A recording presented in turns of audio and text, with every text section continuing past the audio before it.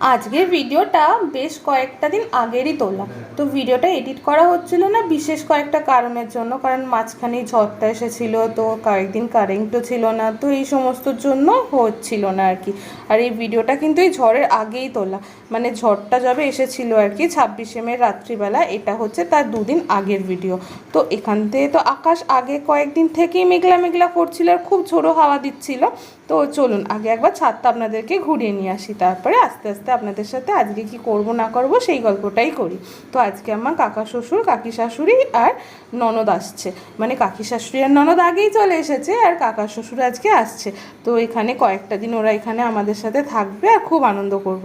তো এখানে দেখুন ওদের পিসি ওদের দুজনকে হেয়ার ব্যান্ড পরিয়ে সুন্দর করে একদম সাজিয়ে গুজিয়ে ফটোশ্যুট করছে। তো ওদের পিসি আসলে সবসময় এরকম করে, ওদেরকে সুন্দর করে সাজায়, শাড়ি পরায়, টিপ পরায়, তারপরে আরও অনেক রকম যত রকম সাজ হয় আর কি, এই সমস্তগুলো করে। আর এইগুলো ওরা খুব এনজয়ও করে, আর আমারও দেখতে খুব ভালো লাগছে। এটা হচ্ছে আমার কাকি শাশুড়ি, ওরা এখানে বসে বসে এই সমস্ত কিছু করছে আর কাকু আসার জন্য ওয়েট করছে। তো কাকু একটু বাদেই চলে আসবে, ওরা একটু আগের দিন চলে এসেছে। আর কাকু তারপরে এসে গেলে তো আর ওদেরকে খুঁজেই পাওয়া যাবে না, ওরা এত ভালোবাসে ওদের ছোটদাদুকে, সারাক্ষণ ছোটদাদুকে ছাড়তেই চায় না। ওরা ওদের দাদু, ছোটদাদু, তারপরে আমার বাবা, মানে এই নাতিগুলো হচ্ছে মানে পুরোপুরি বাবা মানে দাদুদের ভক্ত, মানে আমাদের যারা বাবা বা সমগোত্রীয় তাদের খুব ভক্ত, বুঝলে তো।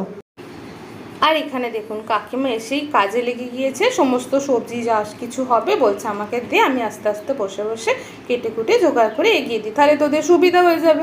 তো আমি বললাম তো বেশ ঠিক আছে তাই করে দাও, তাহলে তো আমার একটু হেল্পই হয়ে যায়।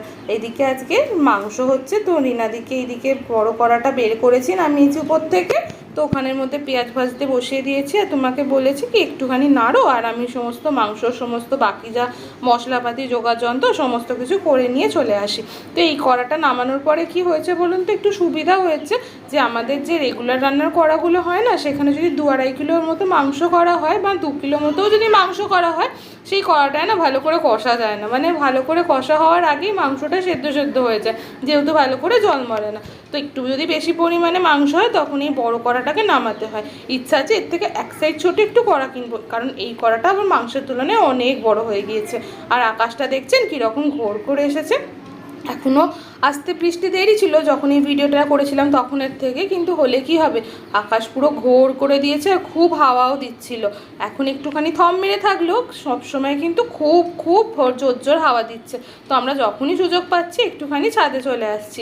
আর মাংসটা তো বিশেষ কিছু খাটনি না, ওই একটুখানি শুধু মাঝে মাঝে নাড়া দিতে হয় আর কি। তো আজকে মাংসর একটু কষা কষা ঝোল ঝোল হচ্ছে, আর তার সাথে ওই শাক হচ্ছে, শাকটা আমাদের বাড়িরই শাক, ওই কুমড়ো শাক হচ্ছে, কুমড়ো শাকটাকে সর্ষে তারপরে পোস্ত এই সমস্ত দিয়ে একটু চচ্চড়ি মতো হচ্ছে।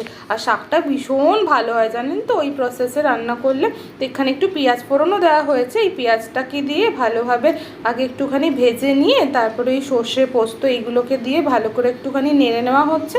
তারপরে শাক আর আলুটা যেটা ভেজে নিয়ে সিটি দেওয়া রয়েছে প্রেশার কুকারে, ওটাকে দিয়ে একটুখানি টানা টানা করে নেব, আর একটুখানি নুন আর মিষ্টি ছড়িয়ে তারপরে ওটা চেক করে নামিয়ে নেবো, আর একটু সর্ষের তেল দেবো নামানোর সময়। তো আজকে আর সেরকম বিশেষ কিছু হচ্ছে না, তো মাংস হচ্ছে আর প্রথম পাতে সবাই শাক দিয়ে খাবে, তো এই দুটো পদই রান্না হচ্ছে। তো জানেন ওরা না অনেক দিন বাদে আমাদের বাড়িতে আসলো, তো ননদ তো মাঝে মাঝেই আসে, কিন্তু কাকা শ্বশুর আর কাকি শাশুড়ি অনেক দিন পর, প্রায় বছরখানেক পর আসলো।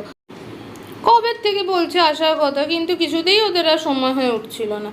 তো ওর জন্য কি করা যাবে, যেহেতু বোন এখন হস্টেলে চলে যাবে, তো ওর জন্য বললো তাহলে হস্টেল যাওয়ার আগে বরং এই কয়েকটা দিন এখন ছুটি আছে, বুদ্ধ পূর্ণিমা ছিল আর কি ওই সপ্তাহটায়, তারপর ওর ইউনিভার্সিটিরও সমস্ত ছুটি ছাটা ছিল, তো ওর জন্য বললো তাহলে এই সময়টাই বৌদিদের বাড়ি থেকে চলো সকলে মিলে ঘুরে আসি। আমি তো যাই, তোমাদের তো যাওয়া হয় না। আমি তখন বললাম হ্যাঁ হ্যাঁ একদমই খুব ভালো হবে, তোমরা 2-3 দিন আমাদের বাড়িতে কাটিয়ে যাও, আমাদেরও খুব ভালো লাগবে আর তোমাদের একটুখানি ভালো লাগবে এদের সাথে খেলে টেলে।